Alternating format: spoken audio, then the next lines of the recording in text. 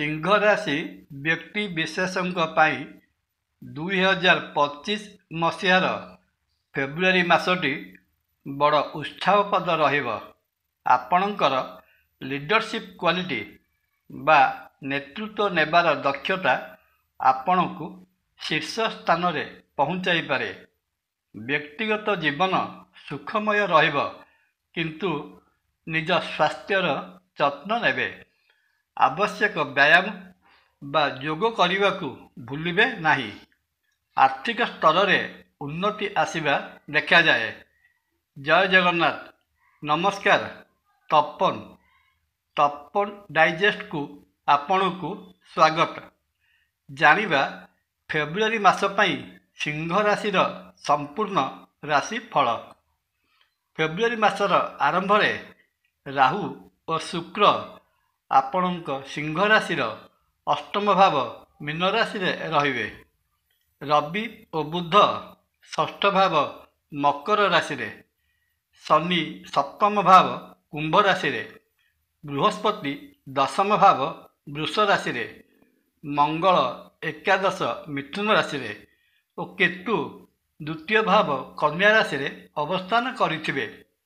Career ଦୃଷ୍ଟିରୁ ଦେଖିବାକୁ ଗଲେ ଜାତକର ଦଶମ ଭାବ ଅଧିକାରୀ ଶୁକ୍ର ଅଷ୍ଟମ ଭାବରେ ଓ ଅଷ୍ଟମ ଭାବର ଅଧିପତି ବୃହସ୍ପତି ଦଶମ ବୃଷ ରାଶିରେ ରହିବା କର୍ମକ୍ଷେତ୍ରରେ ତଳ ଉପର ହେବା ପରି ସମୟ ରହିବ। କାମଟିକୁ ସଠିକ ରୂପେ କରିବା ପାଇଁ ଚେଷ୍ଟା କରିବେ, କିନ୍ତୁ ଗ୍ରହବଳ ଆପଣଙ୍କର ଧ୍ୟାନ ଠିକ୍ ସମୟରେ କାମ ଉପରୁ ହଟିଯିବାରୁ କରୁଥିବା କାର୍ଯ୍ୟଟି ସଫଳ ନ ହୋଇପାରେ। ସେଥିପାଇଁ ଯେକୌଣସି କାର୍ଯ୍ୟ କରିବା ସମୟରେ କାମ ଉପରେ ଧ୍ୟାନ କେନ୍ଦ୍ରିତ କରି କାମ କରିବା ଉଚିତ ହେବ। ଷଷ୍ଠ ସ୍ଥାନରେ ବିରାଜମାନ କରିଥିବା ରବି ଓ ବୁଧ ଫେବୃଆରୀ ମାସର 12 ତାରିଖ ପରେ କୁମ୍ଭ ରାଶିକୁ ଆସିଲେ ମାସର ଦ୍ୱିତୀୟାର୍ଦ୍ଧରେ ଚାକିରିରେ ପ୍ରମୋଶନ ଓ ବଦଳି ହେବାର ସମ୍ଭାବନା ରହିଅଛି।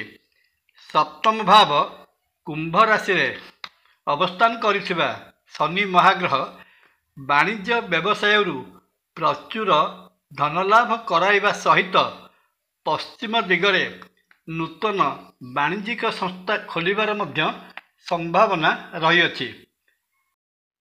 ଫେବୃଆରୀ ମାସରେ ସିଂହ ରାଶିର ଦ୍ୱିତୀୟ ଭାବ ଧନ ଭାବ ଓ ଏକାଦଶ ଭାବ ଆୟ ଭାବର ଅଧିପତି ବୁଧ ମହାଗ୍ରହ ଷଷ୍ଠ ଭାବ ମକର ରାଶିରେ ରହିବା ଓ କେତୁ ଦ୍ୱିତୀୟ ଭାବ କନ୍ୟା ରାଶିରେ ରହିବା ଧନକ୍ଷେତ୍ରରେ ସ୍ୱଳ୍ପତାକୁ ଦର୍ଶାଉଥିବା ବେଳେ ମାସର ଦ୍ୱିତୀୟାର୍ଦ୍ଧରେ ରବି ଓ ବୁଧ ସପ୍ତମ ସ୍ଥାନକୁ ଆସିଲେ ଧନଭାବର ବୃଦ୍ଧି ଘଟିବା ସହିତ ଆୟର ନୂତନ ସ୍ରୋତ ଉନ୍ମୋଚିତ ହେବ।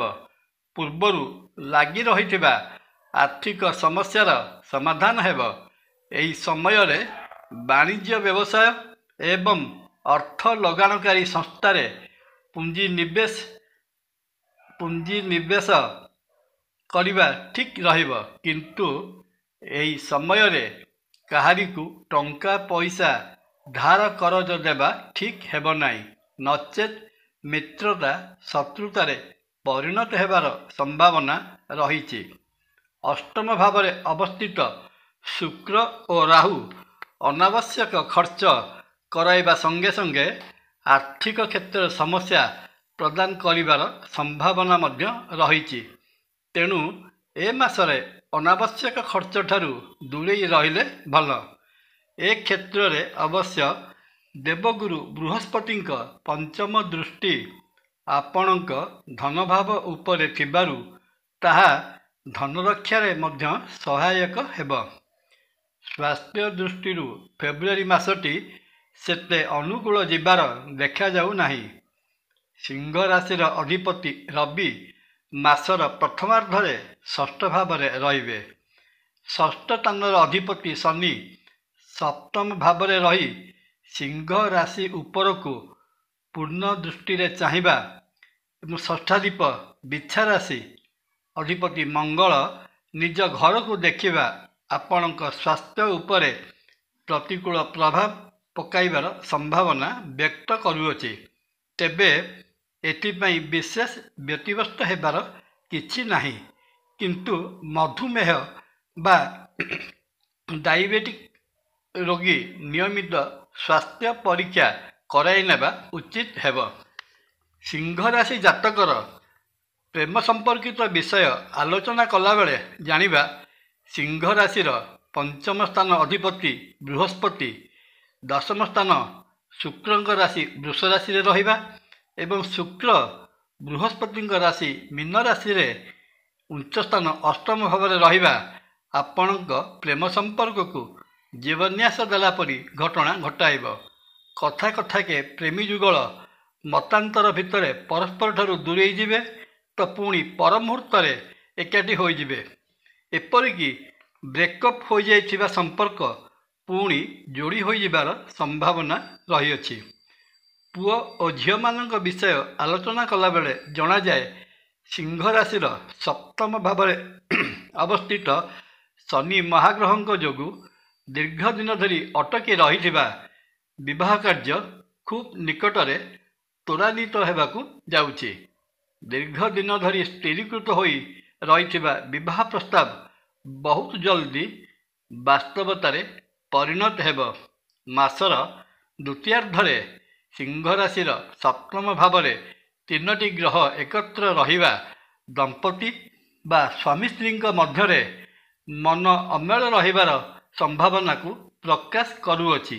ତେବେ ବି ଫେବୃଆରୀ ମାସରେ ସିଂହ ରାଶିର ପାରିବାରିକ ସ୍ଥିତି ବିଚାର କଲେ ଜଣାଯାଏ ଯେ ଦେବଗୁରୁ ବୃହସ୍ପତିଙ୍କ ଦୃଷ୍ଟି ସିଂହ ରାଶିର ଦ୍ୱିତୀୟ ଭାବ ଉପରେ ମାସ ସାରା ରହୁଥିବାରୁ ପରିବାର ମଧ୍ୟରେ ପାରସ୍ପରିକ ପ୍ରୀତି ବା ସ୍ନେହ ଅତି ଉତ୍ତମ ରହିବ। ପାରିବାରିକ ଶାନ୍ତି ଶୃଙ୍ଖଳା ବଜାୟ ରହିବ।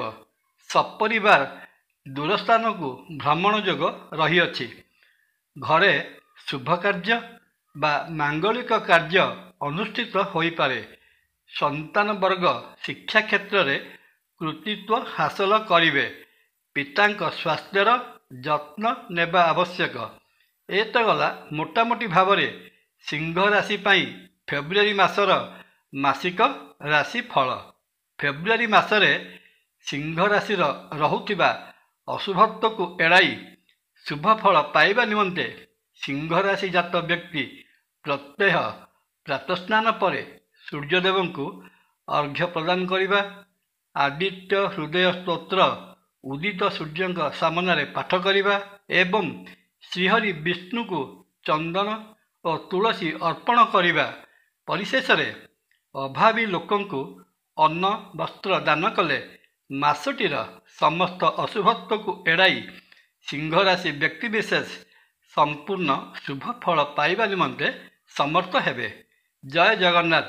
ଭିଡ଼ିଓ ଭଲ ଲାଗିଲେ ଲାଇକ୍, କମେଣ୍ଟ, ସବସ୍କ୍ରାଇବ୍ ଓ ସେୟାର କରିବାକୁ ଅନୁରୋଧ। ନମସ୍କାର। ତପନ।